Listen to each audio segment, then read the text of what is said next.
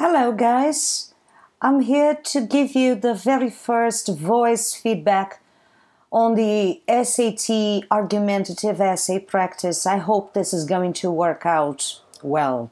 Okay, so my comments on the first text. That belongs to Patrick. I gave you a 5.5 mark out of 10. And my comments are as follows. Have a look at the first paragraph.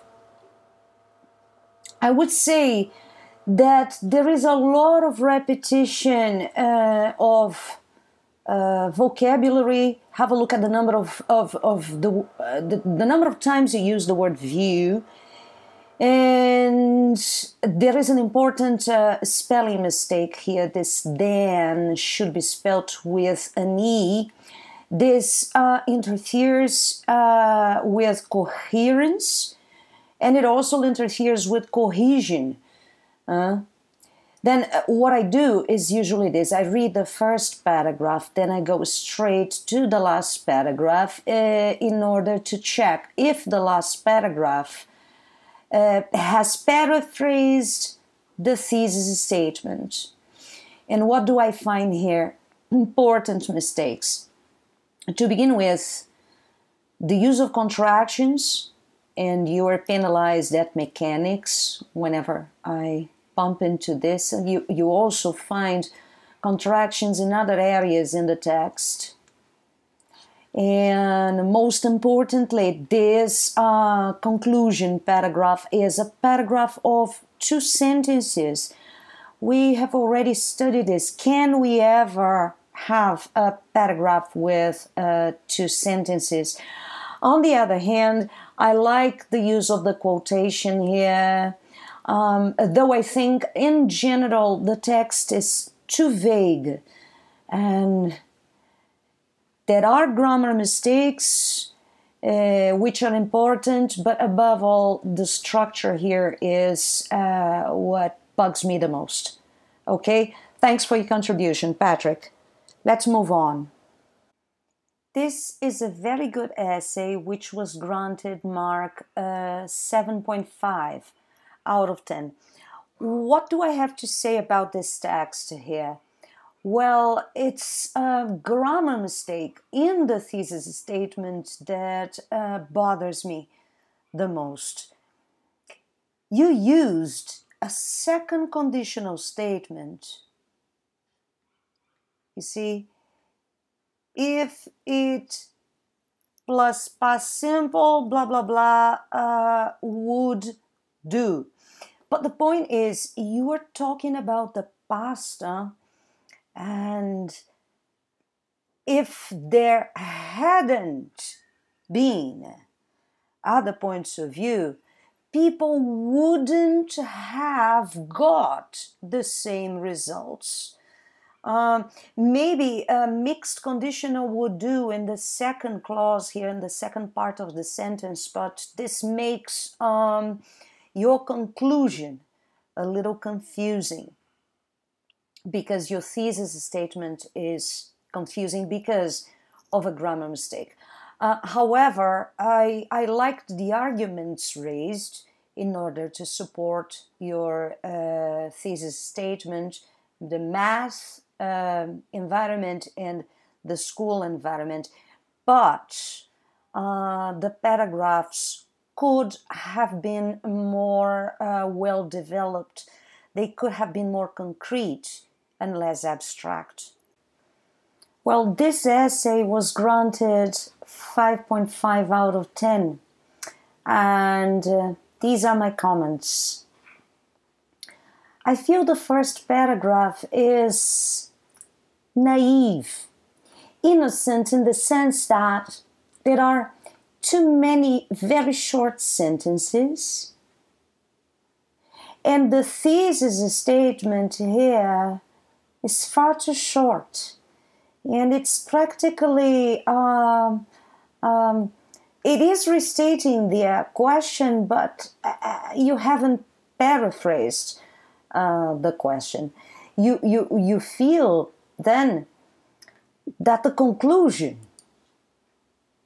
does not go back to the thesis statement. And why is that? Because the thesis is a little weak. Besides, there still are punctuation mistakes here. You see contractions. There are contractions in other areas of the text as well. The number 7 should have been spelt. And what else should I say here? I feel that the arguments could have been better organized. You see, this one is actually very abstract in comparison with this very, very, very specific supporting statement, which means there is a clash in the quality of your arguments within second and third supporting paragraphs. Besides, be careful with informal language. It's a silly example, I know, it's far too informal. Last but not least, here, never ever conclude a text with the word concluding. You should use instead, in a nutshell, all in all, to conclude, to wrap up, but never ever concluding. Okay? Well, this paragraph here has many grammar mistakes and many important punctuation mistakes that couldn't be here. Have a look at the spelling of which at one moment and somewhere else it is correct, like in here. And this writer tends to overuse on which incorrectly. This the preposition only should be here depending on the verb. So we live in a diplomatic world on which we are taught to respect and accept, in which perhaps in the world and in here also most of our countries on the world, in the world, have democracies on which most points of view must be listened to and considered. What is this on doing here? You see, punctuation mistakes, you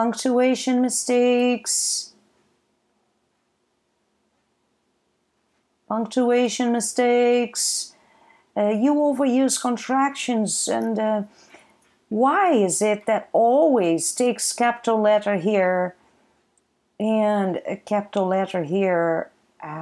This doesn't quite make sense.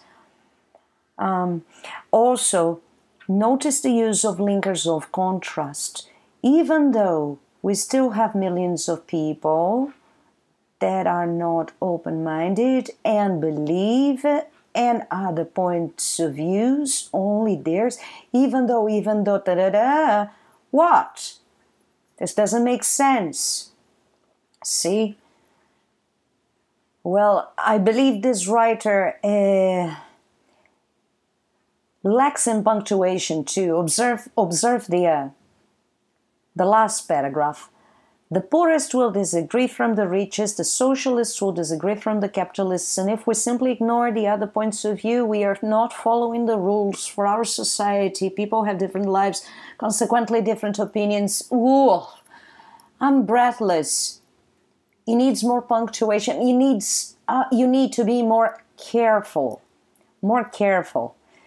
It feels as if you were vomiting words on paper. Be much more careful, okay? This will inevitably affect on the impression the reader will have of your text overall, okay? This other text was granted mark 7. And again, I find the same recurrent mistake, especially when it comes to the conclusion. A paragraph of 2 sentences.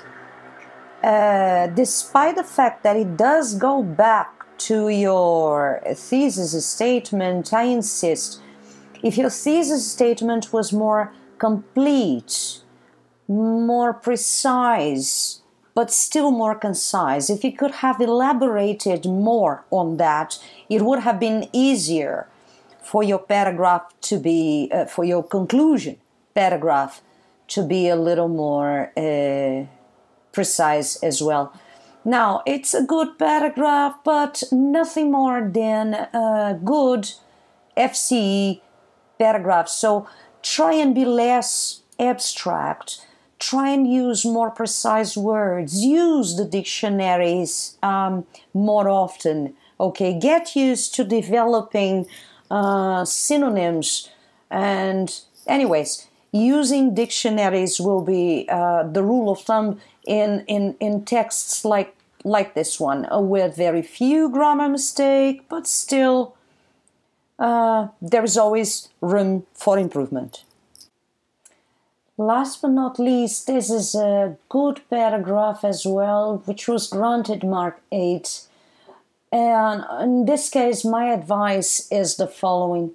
Before using an idiom, a fixed idiom, make sure to go check what the dictionary says. We do have the expression, lightning never strikes twice. And that's it. So it sounds funny for the native speaker. All right. That's what I should say. And be more careful about your grammar too, you know. For example, the word research is uncountable. Why do you need this italics here? I don't understand.